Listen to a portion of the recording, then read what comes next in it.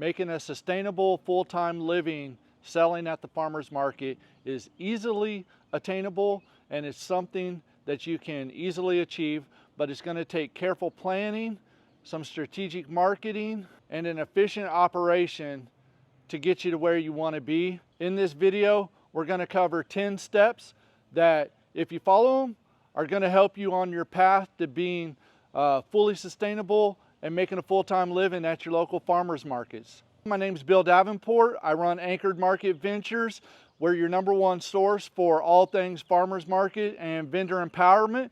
We've been in the farmers market lane for 8 years, and for 4 of those years, I've been a farmers market vendor. So I know the struggles, I know the hurdles, and we're here to help you guys on your path to success at your local farmers markets. The first thing you want to consider when you're looking at making a living at a farmer's market is your product selection.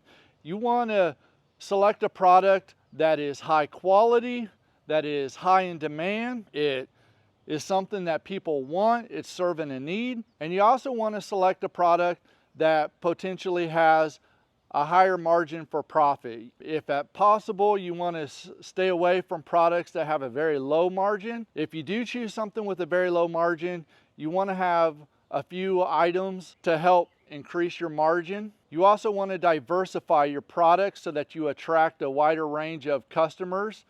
That helps your sales.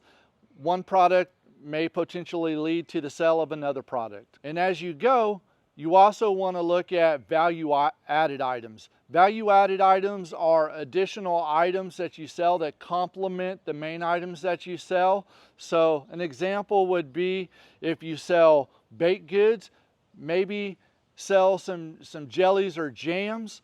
Those jellies and jams can help your baked good sales, and your baked good sales can help your jelly sales. Something along that line. You add another product, it's a value-added product, and at the end of the day, it helps the overall success of your business. The second tip is do market research. What we mean by market research is you want to research the markets that are available in your area that you're looking to attend. Not all markets are created equal. Each market has its own pulse, its own beat, and it caters to different crowds. You have community markets where the community comes and supports. You're going to have higher resale. You're going to be able to build a better brand and connection with your customer base, create that loyalty and trust. You can do tourist markets. Those type of markets are really good because during the peak season they get a lot of foot traffic. The downside to that is sometimes you don't get that repeat customer base, or you'll see those customers once a year. But because it's in a touristy area or a place where people really come to congregate that isn't really a community base, you're going to get a large foot traffic through. So you also want to cater your products. Sometimes they don't have, if they're there on vacation, they don't have the means to store long term or the ability to travel back with the product. So if you have a product that is easily consumed, easily packed away, those do exceptionally well at those type of markets. But again, sometimes it's trial and error. You may have something that's a long-term product and it does extremely well. So there's really no rule to what will work or what won't work. Do your research, find out what the market type is, kind of the foot traffic, what the crowd is, whether it's more of a tourist market, more of a community market. Talk to other vendors that are at that market and make your decision on where you want to set up shop based off of all those inputs. And don't be afraid if those inputs don't work out the way you think they should. Be able to pivot. You can go to another market and set up that may be more successful. So don't be afraid of not getting it right out of the gate, because you can always adjust as you go. The third tip is quality and consistency. You want to make sure that your products week to week are the best that they can be and that they're a quality product that is being sold.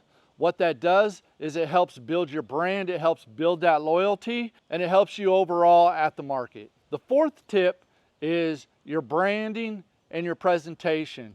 You want to have great logos, great packaging, great signage. All that really helps to strengthen your brand and build it at the market.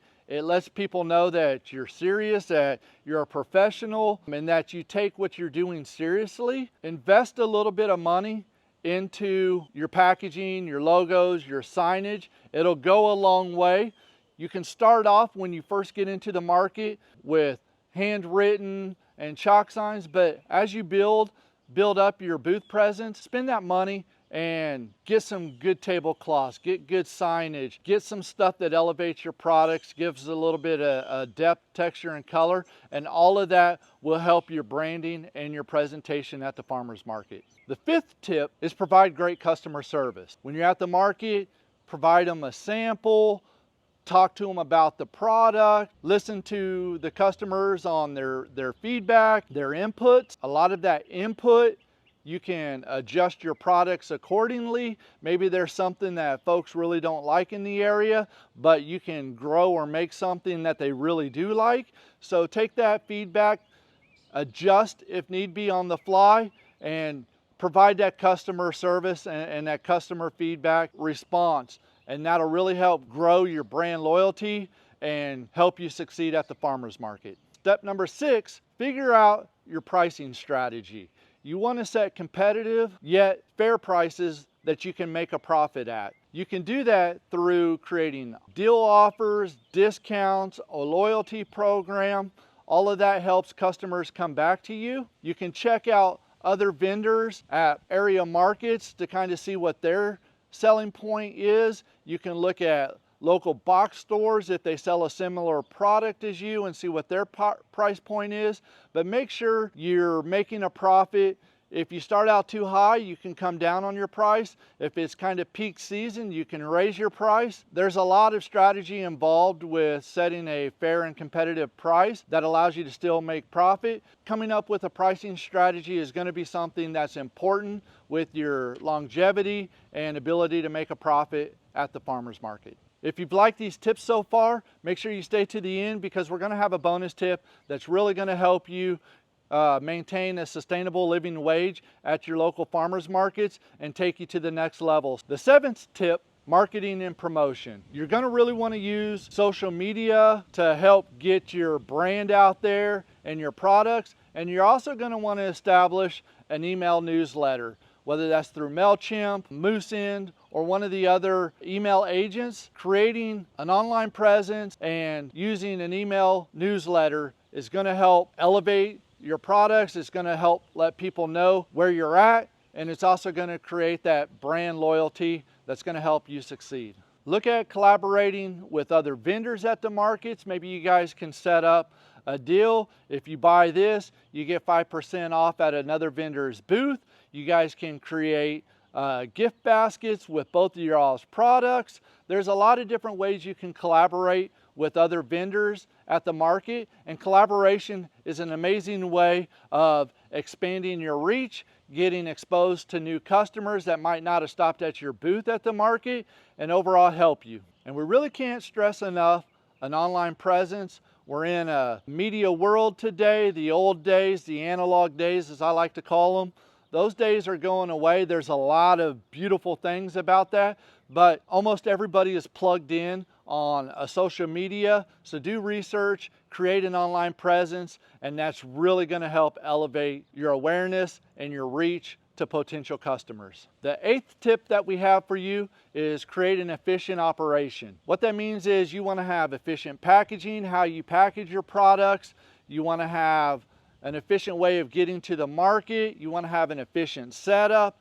Basically, every step of your operation, you want to look at how to streamline it and become efficient. Cumbersome and inefficient systems waste time, they waste money, they waste energy. All of that stuff, if you streamline it and figure out what's efficient for you, will help in the long run on being profitable at your farmer's market. Part of an efficient operation is keeping detailed records, whether that's the profits you made, the expenses that you use to buy the products, or the stuff to help you grow.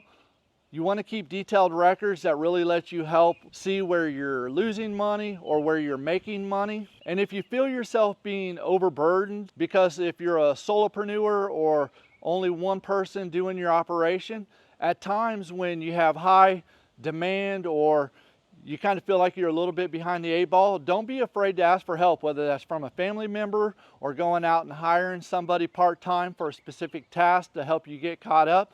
All of that helps make you efficient, and it helps make you profitable. The ninth tip we have for you is financial management.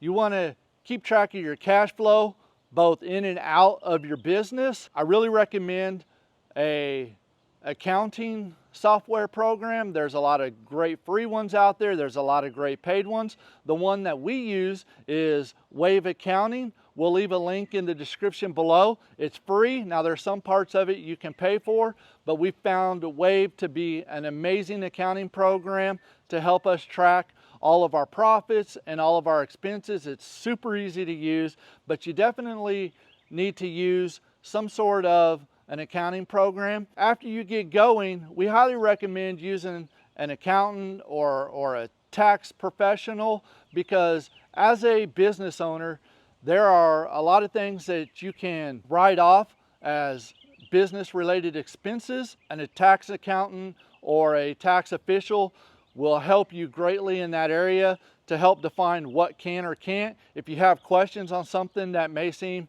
like it's in a gray area for you, that tax official is right there, a call or an email away, and they can help you identify whether that really is something that you can write off as a business expense to use against your taxes later on in the tax year, or if it's something that's not related to your business. So they're worth their money. They're inexpensive, honestly, for what they provide, and we highly recommend them. As you track your financial management, knowing the true numbers, inputs and outputs, as you expand your business, those are all going to be numbers that are critical if you want to apply for a loan, if you're seeking grants, all of that stuff. They're going to want to know the data on your business, the good, the bad, the ugly, and all of that can be found in your financial management. So keeping good records is going to be able to help you as you expand your business. And the 10th tip is compliances and certifications. If you're selling something that needs to be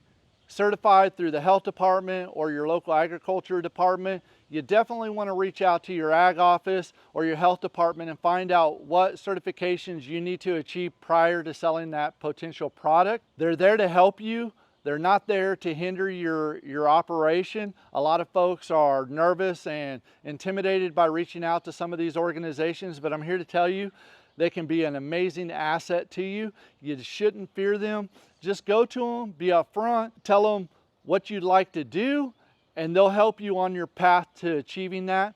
But you definitely want to make sure that you have the certificates or the permits that are required, because those individuals do come out to farmers markets. They do spot checks to ensure that you have the proper certification and permits that are required, if they're required for the particular products that you're selling. Also, as a farmer, rancher, producer, there's some certifications you can get if you are practicing or growing in a certain way, like certified organic, no-till, veteran farmer. There's a lot of certifications that you can get. They may not be required, but they can help your product stand out. You can advertise that you're an organic grower, that you're a no-till, no pesticide, no chemical grower, that you're a veteran grower. All of these things help build your brand loyalty, let folks know a little bit of your story, and people want to support that. Make sure you're in compliance with county, city, and state, and also look at additional certifications that are available